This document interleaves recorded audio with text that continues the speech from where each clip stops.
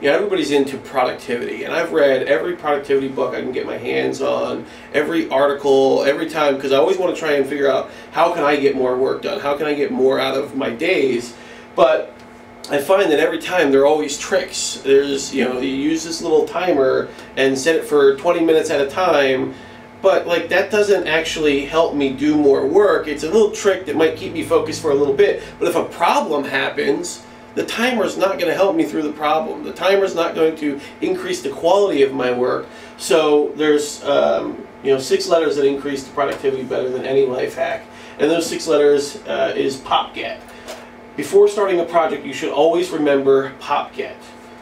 And POPGET, it's a weird little phrase that will help you complete any project faster, easier, and with less problems.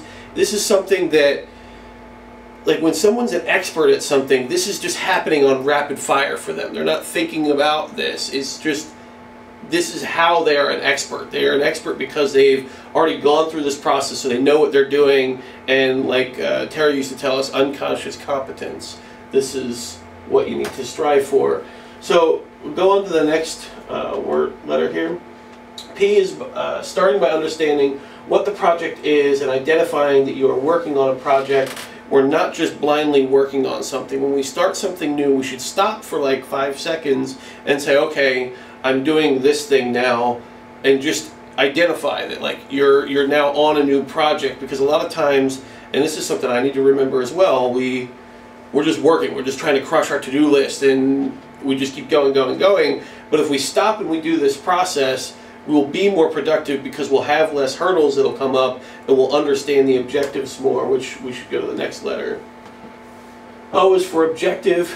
You should always define what it is that you're trying to accomplish. And then go to the next one. By knowing what you are trying to accomplish, then you need to ask yourself, why are you trying to accomplish this task? Who or what will this project impact, and how? Knowing the answer to that helps with everything. I mean, when you get into, when there's a hurdle and you're looking for a solution to that problem, then you will know what solution is better, because you know like how this, you know, why you're doing this thing, how you're doing this, who it impacts, and it helps you choose solutions. It helps you understand to know how you have to solve the problem, because it's not just solving the problem anyway. You need to know how to solve it so that you stick to the objective and the purpose. The goal, what is the end result you are trying to achieve with this project? So many times we work and we work and we work and we don't really know when we're done. An old boss of mine used to say, how will you know when you've finished? How will you know when you've got there? And it's something that he uses to teach people about becoming successful, becoming millionaires. And so he would always say, well, how will you know when you've got there? Because you can just keep working and working forever before ever realizing like, oh, I've accomplished the thing that I was trying to do. So when you're starting a task, you need to think about, okay, well, what will this task look like when it's finished, so that you know, okay, I'm done. It's done to the way that it needs to be done. And like I said, these are things that it's in the beginning when you first do them, you know, it's annoying because it adds more time onto the work, but as you do this process, it's something that just happens in your subconscious, and it's something that, I mean, literally happens within seconds. Expectation. What do you expect will happen before, during, and after this project? This is a lot of times, this is how you can stop a lot of hurdles from happening. This is how you can, when we're making videos, if I want to be more productive, I'm trying to get more time out of my day, well, when I left my phone on the other day, that meant that we had to re-record a video. If I would have stopped and said, okay, I'm doing this project, what do I expect to happen? That's one way I can stop a hurdle from happening, is by understanding, okay, well, here's the things that can go wrong. Here's the resources I'm going to need. Now when we're doing our videos, I create the titles in advance. We plan them out in advance. That way when we're ready to record, it's go time. We know the titles, we know the topics, we're ready to go. Now I'm going to leave my phone in a different room. Yeah, not only that, but you also have to think about the behaviors of people. Mm-hmm. Like, what are your own habits and behaviors that would affect the end result? You know what I'm saying? Like, if you get sidetracked, if you have calls, if you have this, like, those have to factor into the time it takes to complete this task. Right. You know, and so remembering those things helps too. Yeah, and this is the biggest thing when this goals and expectations, and the next one really is what productivity is all about, because so many people, they don't go into a project with a goal in mind, so they're just working. That's it, they're working. And the reason why they need timers and tricks and stuff like that is because their brain doesn't know when it's complete, so they're just trying to use a game to keep them motivated working, when really if they would have just stopped for a minute, understood the goals and the expectations. And this is how, using the expectations, you can make sure that there are no hurdles. You can make sure that you can just get the job done the first time, done right, without having any problems happening through there. So another example here is like when we're building a website for somebody, like there's a time when our designer creates it based on the feedback Justin gave them, and then we have to send it to the client and they have to give us feedback. But like in the beginning, we just used to run through the whole workload and then hand them a, hey, we're done. And then we never accounted for the feedback and the tweaks and the tiny things that they personally want on their pages. So like, so then we had to factor that into the project, and that just goes along with the expectations. Now we know, on day 3 we send them like a mock-up, and we say, hey, here's what it's going to look like at the end. Do you have any feedback now?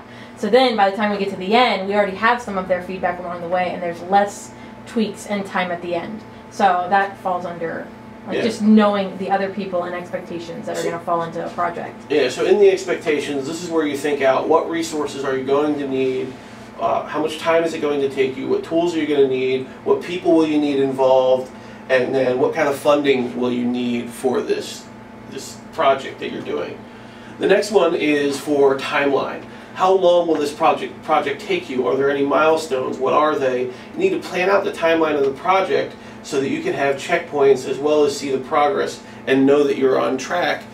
Like I said, the problem with everybody that's working is that they're just blindly working. They're just doing work. And so if you use this process, you will know, what is it that you're doing, why you're doing it, the goals, you'll understand what it's going to look like when you're done, so you know when you can stop working. The expectations will help you know, I need all of these resources and this funding, and these are the things that are going to happen, these are the things that could go wrong. And then the timeline, okay, well, I'm going to reach this milestone, this checkpoint, this milestone, and then this is how you're able to get work done so much faster, and then it will increase the quality of the work that you're doing. We go to the next slide. So the best way that you can increase your productivity is not tricks that you've read in the Life Hack blog post. It's all about increasing the efficiency of how you work. And by increasing the efficiency of your work, you'll save more time, you'll get more work done, and then you can go home early. PopGet will make sure that you know the what, why, who, where, and when behind your project. It's clarity, not tricks, that will help you overcome hurdles in your projects and increase the quality of the work that you do. The average person never does something like this before starting a project, and that's what makes them average. Hey, what's up? Thanks for watching the video. If you like that and you want more, click the subscribe button. Or if you want some case studies, check it out over there. Hey you! Before you go, oh, stupid.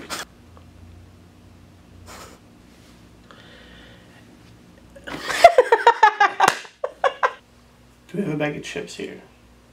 Haley, do you ever find out what happened to that one guy who didn't subscribe to my videos?